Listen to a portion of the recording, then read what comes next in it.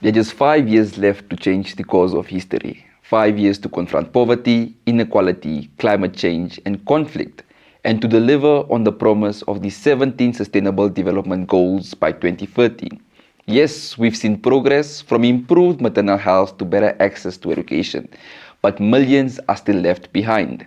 Nearly 700 million people live in extreme poverty, carbon emissions continue to rise, and sexual and gender-based violence remains a devastating reality for women and girls worldwide. Meeting the SDGs isn't just about policies and plans, it's about building a movement, one driven by informed citizens and powered by young people who will and already inherit the world we're shaping right now.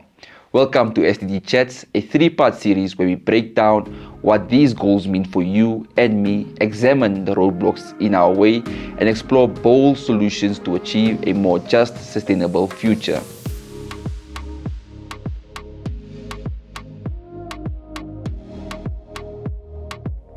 I'm Rivaldo Kavanga, your host for SDG Chats, and joining us for today's episode, we have none other than Madam Monica Geingos, who among others is the United Nations SDG Advocate, and we'll be exploring the SDGs with her here today. Good day, Madam Geingos, and welcome to SDG Chats. Hi, Rivaldo, and thanks. How are you doing, Madam Geingos? I'm okay. So last year, the United Nations Secretary General Antonio Guterres appointed you as one of 4 new SDG advocates. Can you tell us a little bit about your role and what you aim to achieve in this role as UN SDG Advocate? Yeah, I'm one of a few of global advocates who have extensive global networks who've really been asked to, or not asked, I think we've been given a megaphone by the Secretary General of the United Nations to do advocacy for the SDGs and to help people think of them almost as a to-do list. It's probably easiest to think of the SDGs as a to-do list of 17 items of how you create a world where more people do better. At the moment, we have a world where very few people do very well, and a lot of people are doing very badly. And how do we reconcile that and make the world a fairer, more just, and equitable place for everybody? Okay. And will your role be limited to just advocacy, or will you also aim to take action in this role? It's really advocacy. But when I look at the actions that I have taken in terms of my own analysis of the type of world that I would like to look at, it really aligns with the SDGs. We've built this incredible integrated youth campus in Namibia for young people. And without trying, we listened to the young people. We did road shows in the country and outside of the country, just listening to youth about what they wanted, the solutions that they felt need to be integrated into the system. And with young people, we co-created what's now called the Be Free Youth Campus. And when we went to go and check, we realized we actually tick the boxes of all 17 SDGs, which to me affirmed that this to-do list, this action plan, is the right plan, because by default, it's the same plan that we came to. Okay, thank you so much. And I'd just like to remind all our viewers that we are recording this from the hashtag Be Free Campus here in Katatura, Windhoek, Namibia, Africa. So you spoke about how the Be Free Youth Campus contributes to all 17 SDGs, but I really want to know which of the 17 SDGs speak most deeply to your passions? I think all of the 17, I think they're so integrated that you can't actually split them because each one amplifies and supports the work of another. Say, for instance, I don't care for systems, but peace, yes, security, all of that, nothing can happen without peace and security. But if I have to personally drill down into SDGs that I believe to be important, it would probably start with SDG 5, which goes to gender equality for obvious reasons. You can't build a society that's not equal. And as a fundamental principle, the empowerment of women and girls is a powerful catalyst for achieving all of the other SDGs. Now, when a review was done on the SDGs last year, this is the one SDG that not only wasn't making progress, in some areas it was actually falling behind. So if we fall behind with SDG 5 on gender equality, we're going to fall behind on all of the SDGs. So that one to me is quite important in how we build resilient and equal societies. It's not a favor to women. It's really a favor to the planet, where societies cannot grow when you discriminate against any of its constituents. Exactly. Another SDG that's important for me as an African is probably SDG 8, which is about decent work and economic growth. Rivaldo, you young, you know the issues of unemployment and underemployment and the need for decent work on this continent, especially in countries like ours, where youth are by far the biggest constituents, and where unemployment is very high. And where unemployment is high, youth unemployment will be a little bit higher. So that SDG is quite important. And also just considering the risks that will be brought by technology, by a very problematic global economic policies that are being made at the moment. So that SDG to me is quite important. The other one, which is very personal for me, is SDG 10, which is around reducing inequalities among and within countries. And from an African perspective, the call for reducing inequality is important, just not from within, but also amongst countries. And we see it with a lack of negotiating power of developing countries that is currently being articulated in how global politics are currently being shaped. It's really accept it and shut up. Exactly. So those are quite important to me, and they're all related as well. Exactly. So I'm glad you made mention of SDG 5, because in doing my research, I came up with this, or I stumbled across this horrifying statistic, which states that in 2022, of the 89,000 women intentionally killed globally, Africa had the highest number of reported femicides compared to other regions. The increase in femicides and gender-based violence continues to undermine SDG 5, which aims to achieve, obviously, gender equality by 2030. Why do you think femicide and GBV continues to increase in Africa, when we are moving forward in the world where women are being empowered, but still we see an increase in the intentional killing of women? So GBV and femicide can never be spoken about in isolation to general levels of violence in a society. So if our GBV levels are high on the continent, it means that our general levels of violence are too high. So the AU's Agenda 2063, for instance, and silencing the guns are important. Conflict is an incredible and terrible accelerator of gender-based violence, but violence in general. It becomes a language in our societies, and not just existing conflicts, past conflicts as well. So violence manifests itself, not today, but it started at least a decade ago, 2 decades ago, in what we saw, in what we experienced, and what we internalized. And what it's saying, and it shouldn't be surprising given the violent history of our continent, is that we've internalized violence as a language. And we need to change the language when we want to articulate frustration, when we want to articulate any negative emotion. So to me, GBV and femicide is rooted in a history of violence, and we need to rewrite that history. And how we rewrite it is by creating societies that are economically productive and more equal, and fair societies. But one would argue that when are we finally going to put our violent history aside, or accept our violent history and move forward to it, especially in the context of Namibia, where we've been independent for about 30 to 40 years. We're moving closer to 40 years of being independent. Can we still really use our past as a token to say that, no, because of our past violence, it's also one of the contributing factors to the violence that we're experiencing now? I think this may be the fundamental problem that Africa has created for itself. Yes. We don't recognize ourselves as post-conflict societies. And we try and build economic plans, national development economic plans, that ignores that fact. And we focus on economic policy. We focus on, let's just get on with it. Exactly. But from a I think we need more sociologists. Violence does have a history in the past. We can't dispute this. Our structural inequalities, Rivaldo, are going to take very long. And it's good we're having this conversation because young people are impatient to say, well, let's forget about the past, let's move on. But you must understand the path, but the past to chart your future pathways. Where I agree with you, where we should never use our past as an excuse to excuse corruption, lack of integrity, that's got nothing to do with our past, that's got nothing to do with our culture.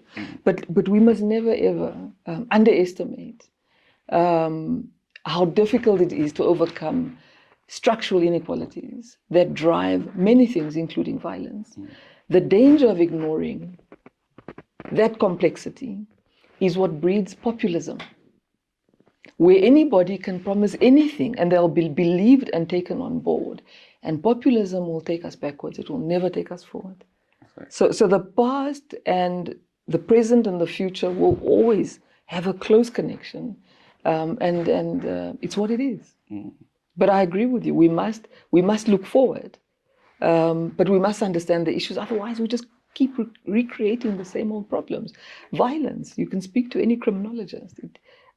Somebody doesn't just stand up today and decide they are starting to employ violence as a way of being heard. It's frustrations that have been built up long in the past. Do we ignore that? Exactly. Go into any correctional facility, prisons, if you may. Speak to the inmates. Listen to their stories. And you'll have an understanding that whatever led them to prison didn't start quickly. It's a process that happened through social and economic safety nets that just didn't exist. Thank you so much, Madam Geingos. So, and I'm glad you spoke about the leadership in African context where we need someone to really steer the entire continent, or we need a group of individuals to steer the entire continent into the future that we want. So you're a passionate advocate for transformative leadership in Africa. What does transformative leadership look like to you? It looks like you. Thank you. I think willing to put ego aside and look at the status quo and decide what needs to happen. It's leadership that looks beyond elections and does things that may not be popular now, but it's the right decision for the future. Resists populism. That really front loads agency as nationals and as Africans. An agency in saying we need to rewrite our economic playbook. The extractive model has not worked. It's never worked. It will never work. But how do we rewrite it within the context of realities, of economic realities? It's one thing to say, we want to do this ourselves, we want to do that. Yes, there's great slogans, but we need to sit down and actually work out, this is our vision, these are our priorities, these are the problems in it, how do we get around that? These are our targets and we need to get it done. And I don't think we need to talk about this anymore, we just really need to get it done. And we can't get it done without listening to each other. Without an intergenerational approach and value of one another's skills and abilities. So to me, transformative leadership looks like you, it looks like me, it looks like my uncle, it looks like my aunt, it looks like people from all generations who understand that there's an interconnectedness to our collective skill and ability.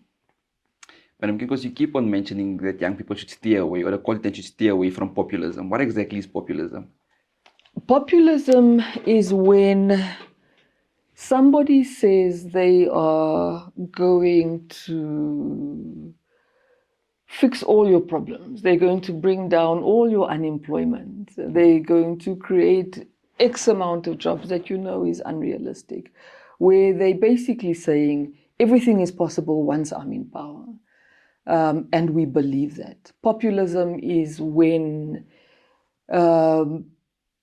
basic institutions are no longer respected, when you start to look at an individual and not at the system.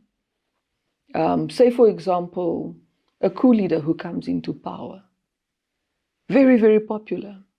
because people were so tired of the system that existed. And within 2 years of coming into power, he says, you know what? This country is actually not ready for elections yet.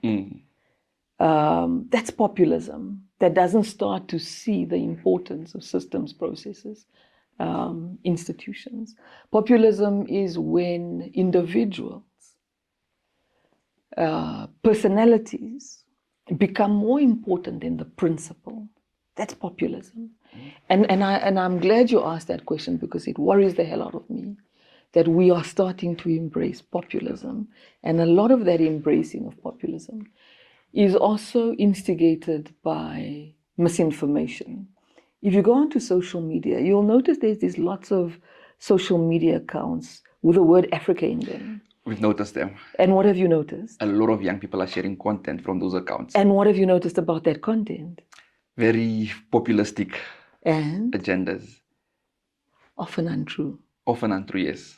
But speaks to our wishes, our aspirations. Our wishes and aspirations are to have leaders who have agency, who stand up to the West, who are doing things with a focus on the people. That's our wish, and it's a real wish, and we must respect that wish, but we mustn't manufacture it. Exactly. And I've noticed that on social media also, with this misinformation going out, that a lot of young people don't take time to actually fact check this information. So they just continue to be conveyors of this information, which also fuels to the populistic agenda. It's not just young people, it's everybody. Everybody. My father is 92 and he's on Facebook. Yes. And I want to delete his account so bad because he believes everything that he sees. Exactly. And it's not just... It's hard to know what's true and what's not true, especially with the deployment of artificial intelligence, where you can take somebody's likeness, you can manipulate voices.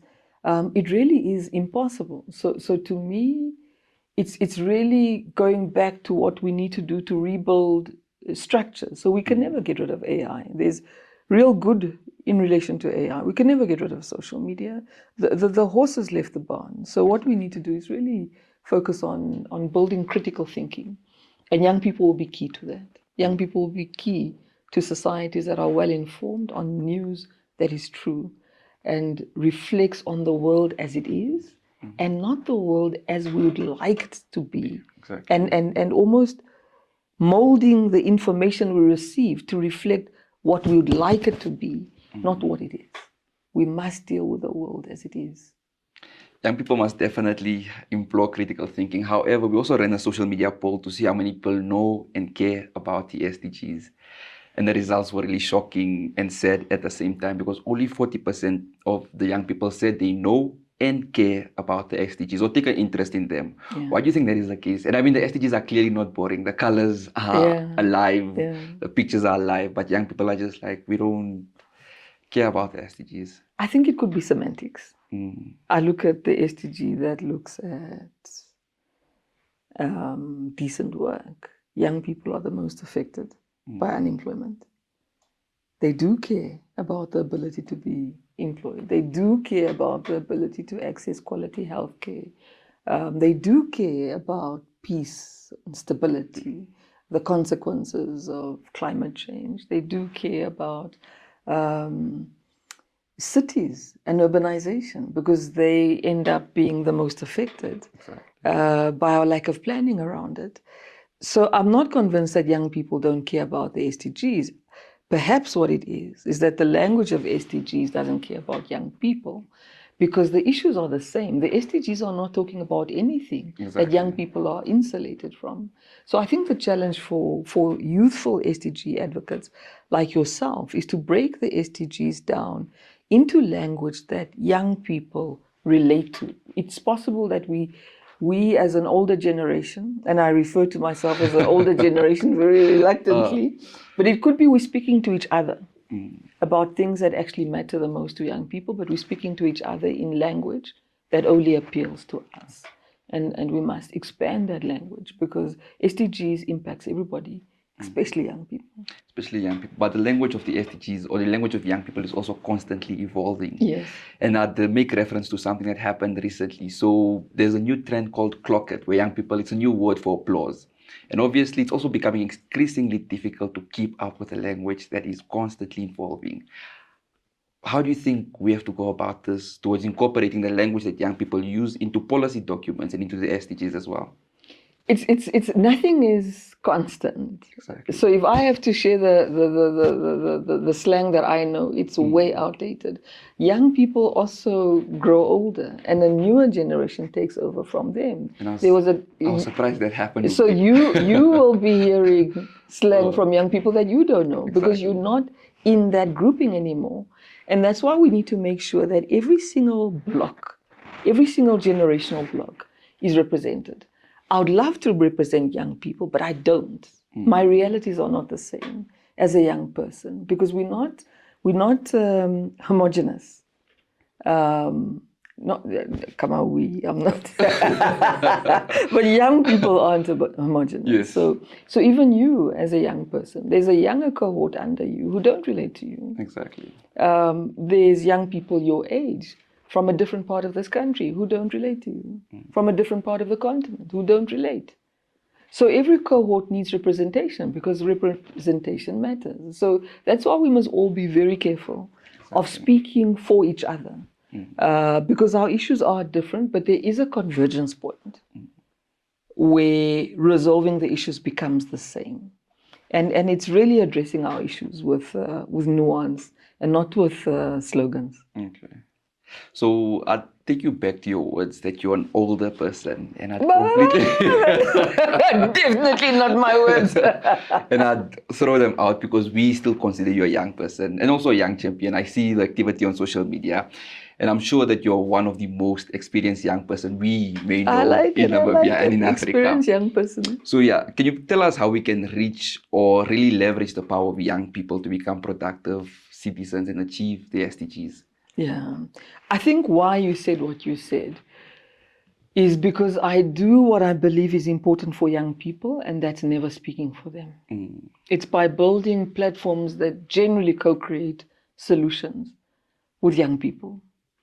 And it's also by moving away from the notion that young people have to be included. I think we've moved past that.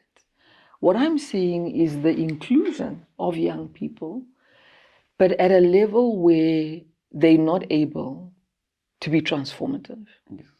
And at a level where they're being sucked into systems, and not very long afterwards, they spat out.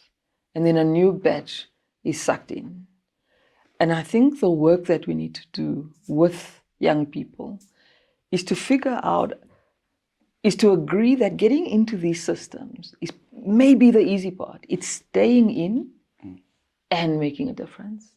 And how do we capacitate and enabling longevity, not the type of longevity we see with some of our leaders where they don't want to leave, but longevity meaning that they are given enough of a runway to build work that is transformative, that listens to their views, and that really changes the things that we all know need to change.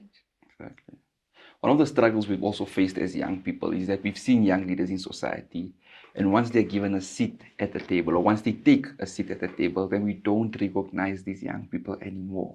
How can we prevent that to ensure that our generational mission keeps on going on? Is it young people who no longer recognize the young people who are absorbed, or it's the system that doesn't recognize them? It's the young people that don't recognize their fellow young people anymore. That have entered the system. I do see that sometimes. And that could be a couple of things where they believe, maybe, we're speculating. It could be that young people feel that you've been co-opted and you're no longer speaking with the clarity of voice that you used to speak before you were in the system. Exactly. It could be that a few young people felt it should have been them and resent somebody else having been in. So we speak about youth representation, but then when the youth does go in, it's about, but why him? Exactly. Why her? It could be that sometimes once we get absorbed, we also get curtailed. And it's also about understanding that not everybody can be in the system. Some young people need to be inside and some have to be on the outside, pushing for the change that those inside can't make. But it's the same thing when you speak. You know, there's entrepreneurship and there's intrapreneurship. Intrapreneurship is people who are within organizations who do entrepreneurial things. So I do believe there is young people who should. You can't change the beast if you're not in its belly. Exactly. You need to be inside. And you need to make changes from the inside, but you also need the agitation from the outside. So it's really the balance. But I don't want to ignore the question you asked, and which says, why don't young people support each other? I get that question a lot. Why do women not support each other? Why do young people not support each other? It's complex, but I do want to address the issue of young people. And I can't speak for other jurisdictions, but in this country, the politically active young people from within all parties, including the ruling party, there's a unity factor there that concerns me. And I suspect that it comes from us being co-opted in the fights of our elders. And long after our elders have left, we continue to fight each other. And the important thing for young people, and I've said this before, Rivaldo, don't allow yourself to become an AK-47 for the battles of people who do not represent your generation. And it's that quote of every generation must find its own mission. And the mission of this generation cannot be to be as divided as it is. And the reasons for that division, I think, are manufactured by a generation above. And I think we should resist that. We'll never agree, not young people, not as citizens, and we shouldn't agree. But we must agree on one thing. And it's that there must be common interests. That we can disagree on some of the detail, but not on the bigger picture.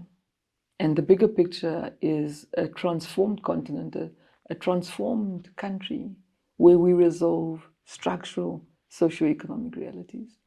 And young people won't be able to do that with a level of division. And it speaks to my aversion for politics. Yes. My aversion for politics is that it is structurally divisive. By its nature, politics divides us. If we have to speak to each other as citizens, we're all patriotic, we all love this country, and there must be things that we all want for this country. But the minute we go into these political constellations, we have to find reasons to start disliking, disagreeing, and hating on one another.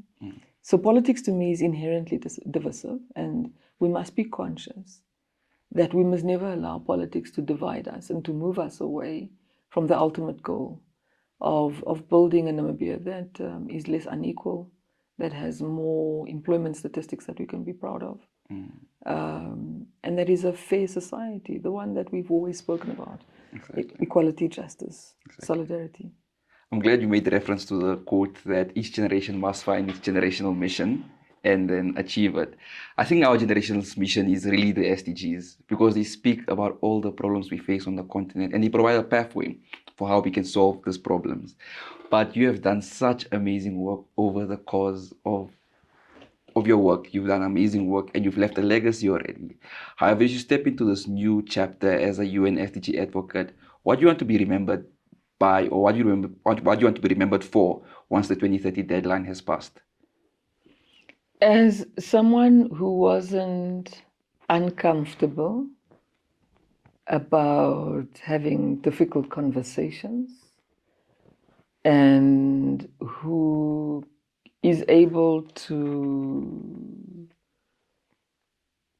implement. It's one thing to be on advocacy. It's one thing to speak to policy, but the key is to get it done. It's implementation. So I think I also want to be remembered as somebody who implemented as hard as I spoke. Thank you so much, Madam Geingos. And thank you so much for making time to talk to us on SDG Chats. I think with everything you said, there's just one word I can use to close off this episode, and that is clock it. Clock it.